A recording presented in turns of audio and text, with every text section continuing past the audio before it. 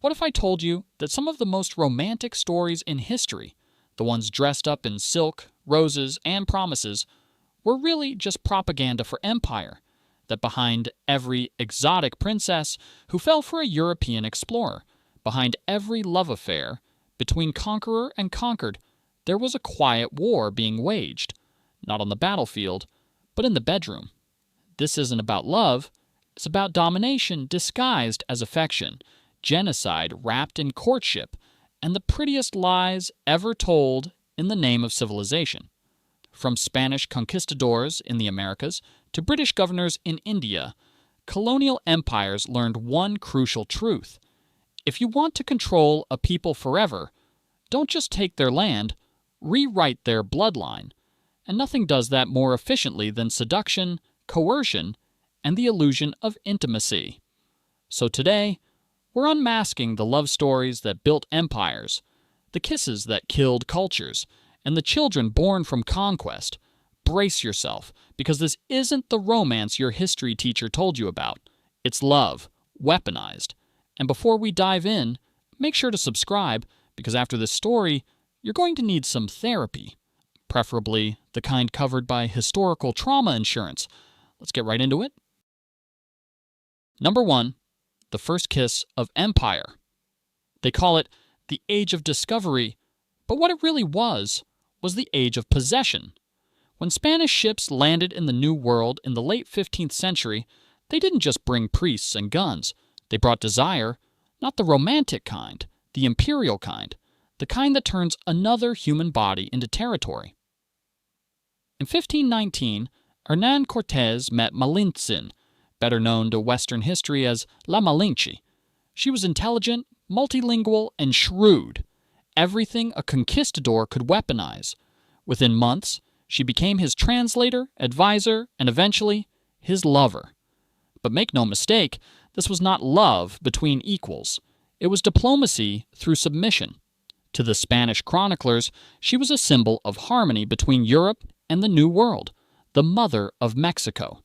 To indigenous peoples, she was something else entirely, the embodiment of betrayal, the woman whose body became the first bridge between conqueror and conquered. Her son, Martín Cortés, is often called the first mestizo, the beginning of an entirely new race that didn't exist before conquest. But what the Spanish celebrated as union, the native world saw as erasure. Through that one relationship, the empire found a formula: breed with the conquered, name it destiny, and call it peace. Malintzin's story was retold for centuries as romance, but at its core, it was the most beautiful kidnapping in history. Because the first act of colonization was not the planting of a flag, it was the claiming of a womb. Number 2. The Virgin and the Empire. Every empire loves a story that makes its crimes sound holy, and no one told it better than Spain. When the conquistadors marched across the Americas, priests followed close behind, not just to baptize souls, but to bless what could only be described as a mass violation written in the language of God. You see, the Spanish didn't call it enslavement. They called it conversion. They didn't say rape. They said union under the cross. Each act of conquest was dressed in religious ceremony, as if faith could perfume the stench of violence. The logic was diabolically simple. If you claim to save souls, you can own bodies. So they married their lust to religion, quite literally. Mixed-race children, born from indigenous women and European men, were called mestizos, and they weren't seen as victims, they were symbols of divine destiny, proof that the new world was being reborn under Christian rule. But let's be clear, this was not some multicultural love story. It was eugenics before eugenics had a name. The empire didn't want equality, it wanted control.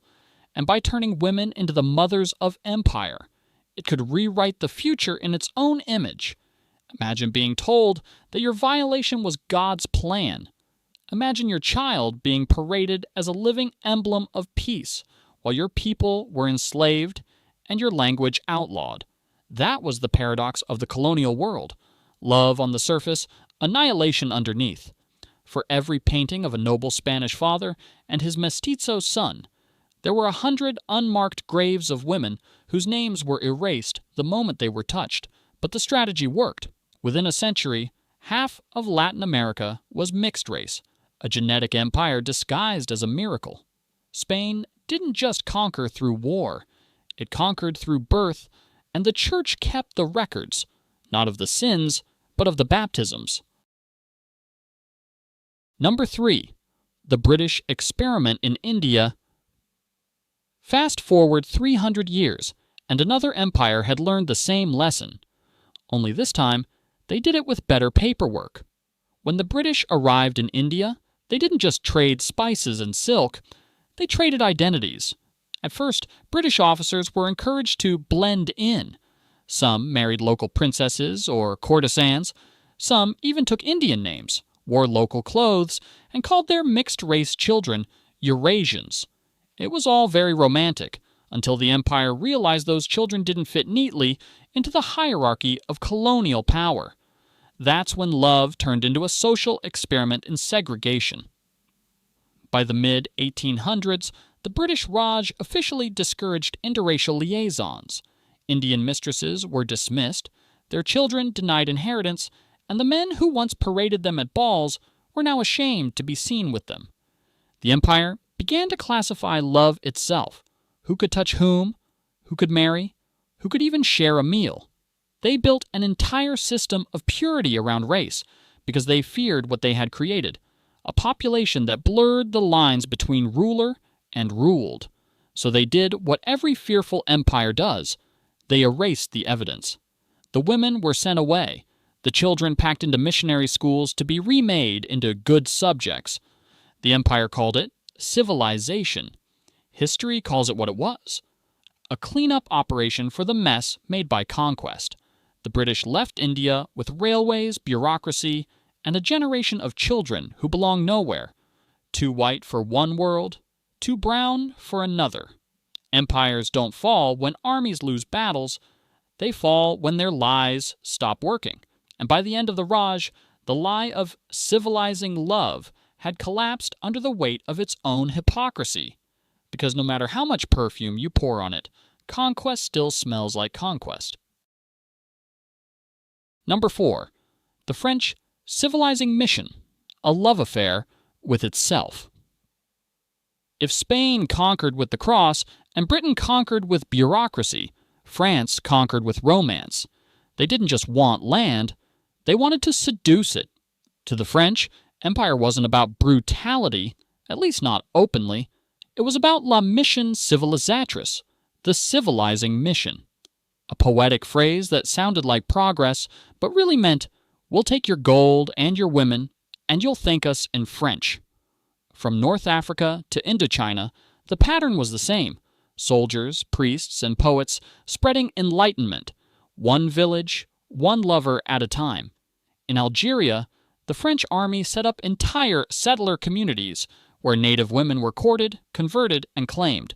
In Vietnam, colonial officials openly kept Vietnamese mistresses, referring to them with the nauseatingly casual term femmes indigènes, native women, as if they were part of the local flora.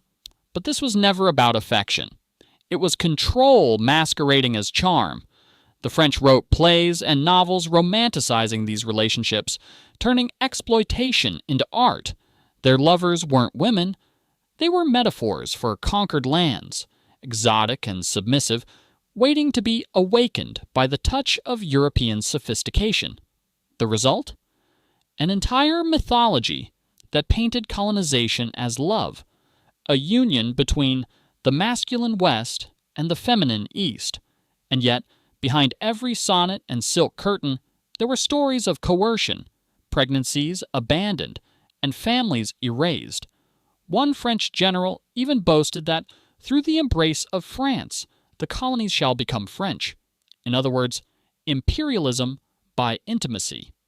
By the time the 20th century rolled around, entire generations of mixed-race children had been born in Indochina, North Africa, and the Caribbean, living embodiments of a lie.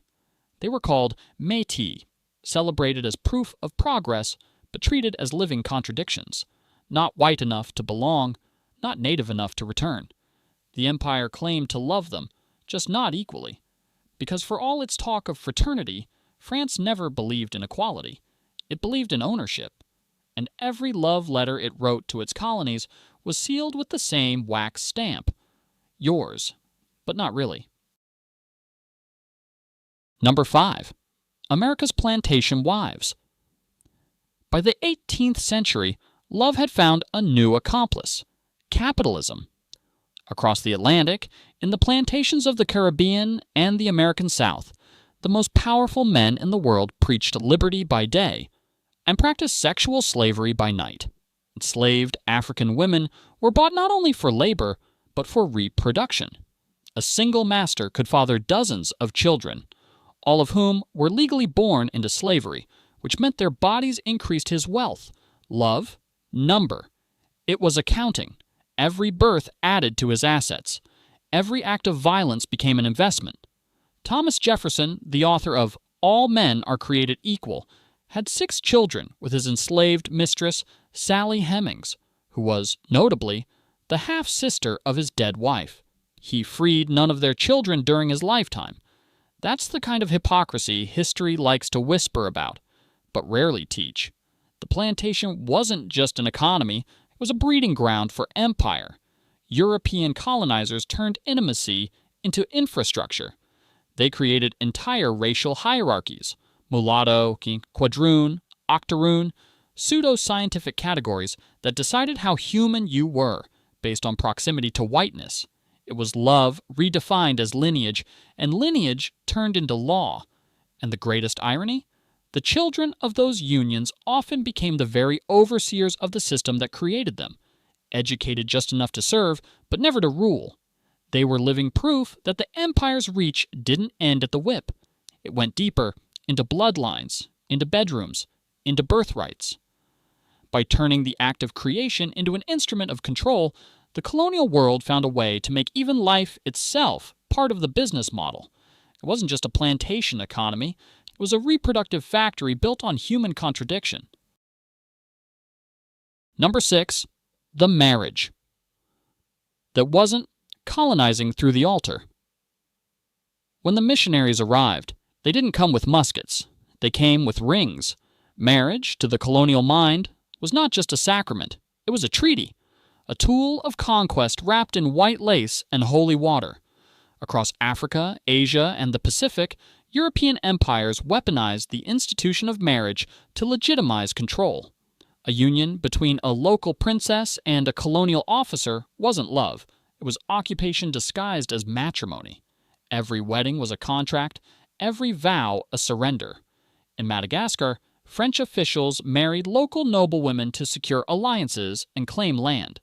In Polynesia, British officers took wives among island chiefs' daughters, not for affection, but to create half-European heirs who would one day govern the islands in the empire's name. In the Philippines, Spanish friars officiated weddings that effectively turned indigenous women into unpaid laborers in service of the church. It was all brilliantly sinister, a system where colonization was blessed. Even God, apparently, was on the payroll. But the genius of this manipulation wasn't just spiritual, it was biological. By marrying into native elites, colonial powers didn't have to fight every tribe. They could simply breed their way into the family tree. They called it integration. History calls it soft invasion. The children born of these unions were trapped between two worlds, too foreign for one, too impure for the other. In many colonies, they were legally barred from marrying white partners or inheriting property.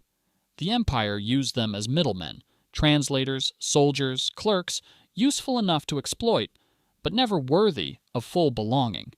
Marriage had become just another battlefield, and the wedding dress, a uniform for surrender. Number 7. The myth of the exotic woman. One of the cruelest legacies of colonialism wasn't written in law books, it was written in fantasy.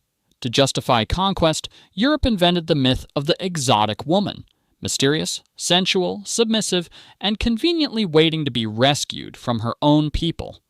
Painters, novelists, and explorers crafted her image with obsessive precision. She was everywhere.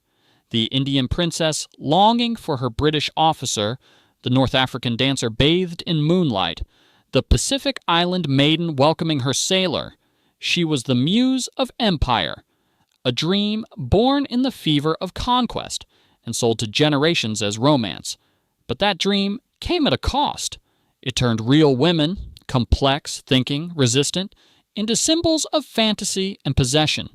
Their cultures became backdrops, their bodies became metaphors, and their voices disappeared beneath layers of perfume and Orientalist prose.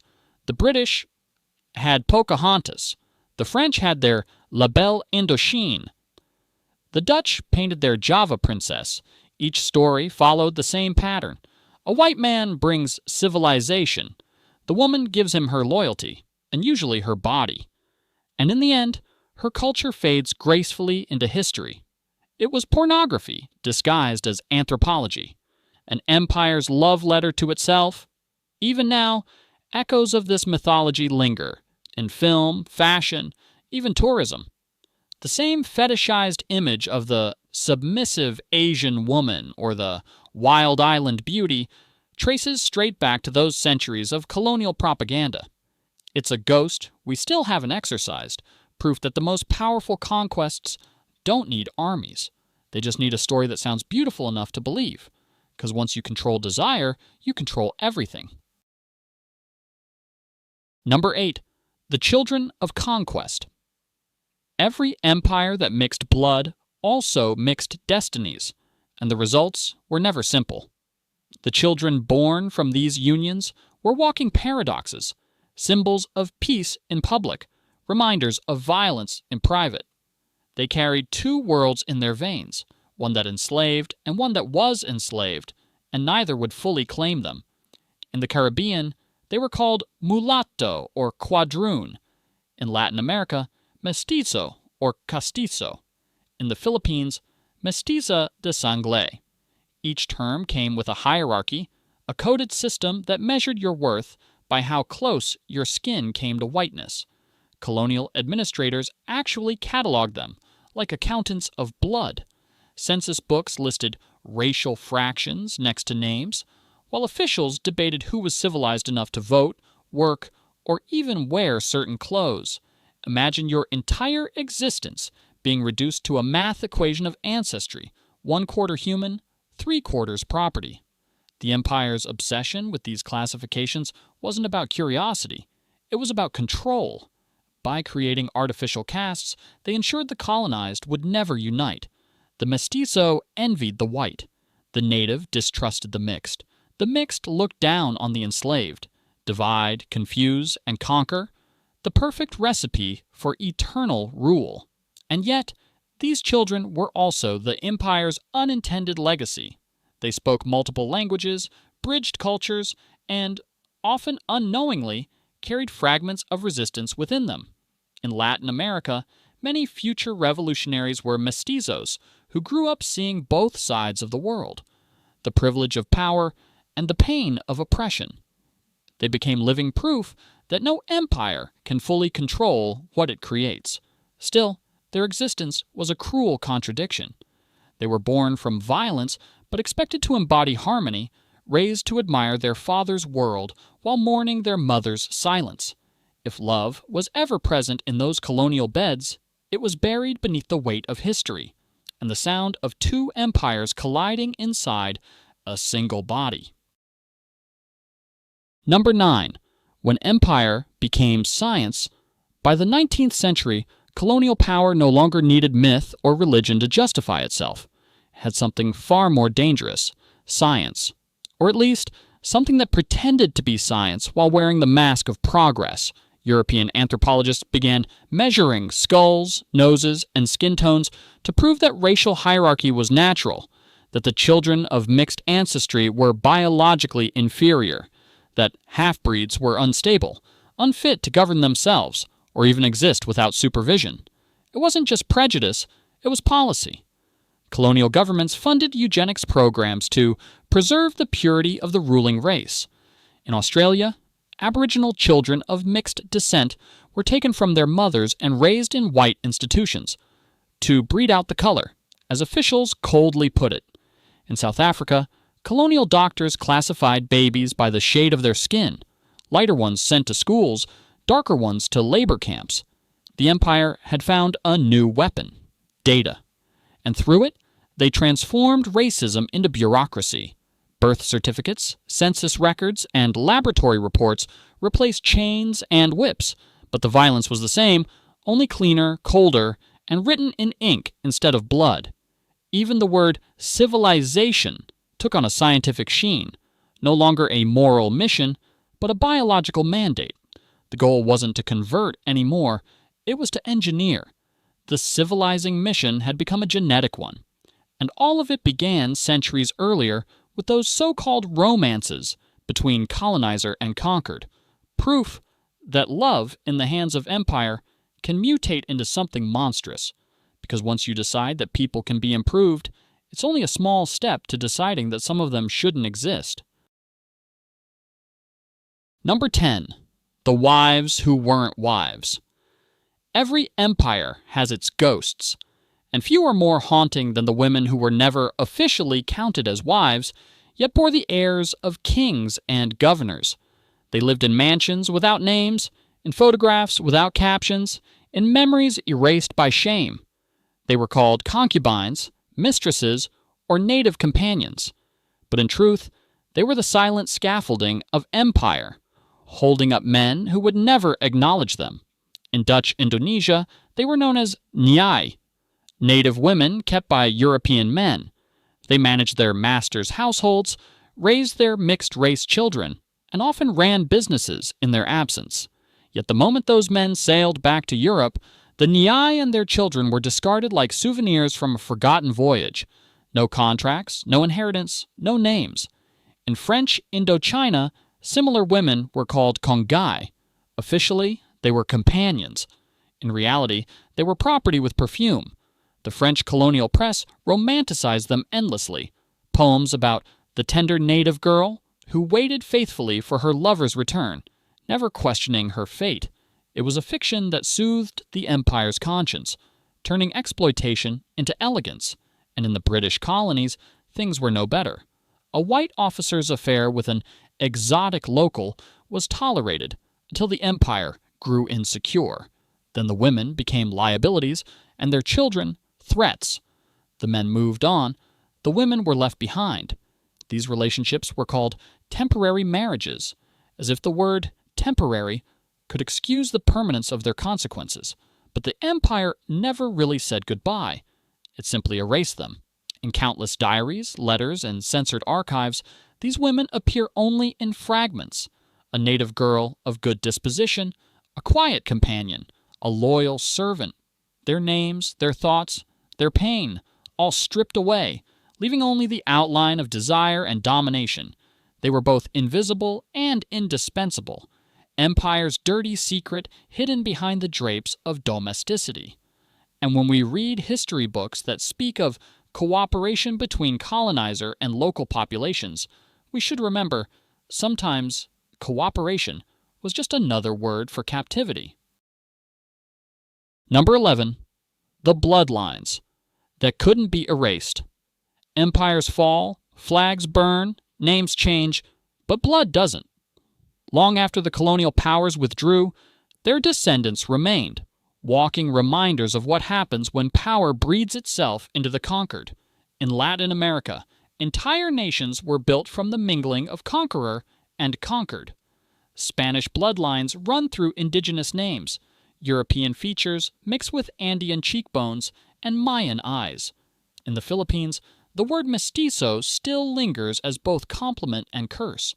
In South Africa, the colored population, neither black nor white, is a living echo of Dutch and British rule. In every place empire touched, the body became the final archive of its crimes. And yet, in those same bloodlines lies a quiet act of resistance, because the children born of empire also carried fragments of the cultures that empires tried to erase. They spoke forbidden languages, practiced outlawed rituals, and remembered ancestral songs their fathers never knew existed. The conquerors wanted to create obedience. Instead, they created memory. Today, DNA tests can trace ancestry across continents, revealing family trees tangled with centuries of conquest and coercion. For some, it's a source of pride. For others, a wound reopened. But either way, the blood remembers long after nations forget. And that's the empire's greatest irony. In trying to dominate the world through reproduction, they guaranteed that they would never truly vanish, because every generation that inherits those mixed lineages also inherits the right to reinterpret them, not as symbols of shame, but as proof that survival always outlives control. They tried to rewrite humanity through blood, but blood has a way of writing back. Number 12. The empire's favorite lie. It was for their own good. If you ask the colonizers why they did it, the wars, the slavery, the civilizing missions, they always had the same excuse. It was for their own good. It's the oldest trick in the imperial handbook. Wrap violence in virtue, make cruelty sound compassionate, and sell domination as destiny. They said they brought education, but they really brought obedience. They said they built roads, but those roads led straight to plantations and mines. They said they offered love, but what they offered was submission with a smile. And perhaps the cruelest lie of all was that the children born from those forced unions were proof that cultures could blend, that empires brought unity, not destruction. Textbooks called them bridges between civilizations. Politicians called them the children of progress. But ask the mothers who bore them, and you'll hear a different story, one written not in poetry, but in silence, fear, and loss. Behind every mixed-race harmony painting hung in a European gallery was a truth too ugly to exhibit. That empire didn't bring people together, split them open, body and soul, until nothing was left but confusion and compliance. And yet, those same empires built their myths around the image of love. The white man's embrace as the symbol of mercy. They used tenderness as camouflage, romance as recruitment, family as frontier. So when we hear the phrase benevolent colonialism, we should ask, benevolent for whom? For the men who gained power and land? Or for the women who lost their names, their homes, their bloodlines? Also, someone else could call it progress. History loves to glorify the conqueror's story, but the truth is far simpler. Love was the empire's favorite costume, and underneath it, the same face of hunger stared back. Number 13.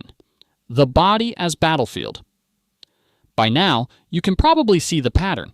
Every empire, from the Spanish to the French to the British, discovered the same universal law of domination. You don't need to destroy a culture if you can rewrite it inside the body. The colonized woman became the ultimate battleground, the site where identity, biology, and power collided. She was not conquered once, but twice, first by war, then by reproduction. And her children, her supposed blessing, were the empire's trophies, living proof of conquest turned into creation. But something unexpected happened in that process. By reducing human beings to vessels, empires accidentally exposed their own fragility, because no matter how many categories they invented, no matter how many racial charts or purity laws, blood refused to stay inside boxes. It mixed, merged, and mutated in ways no official decree could predict.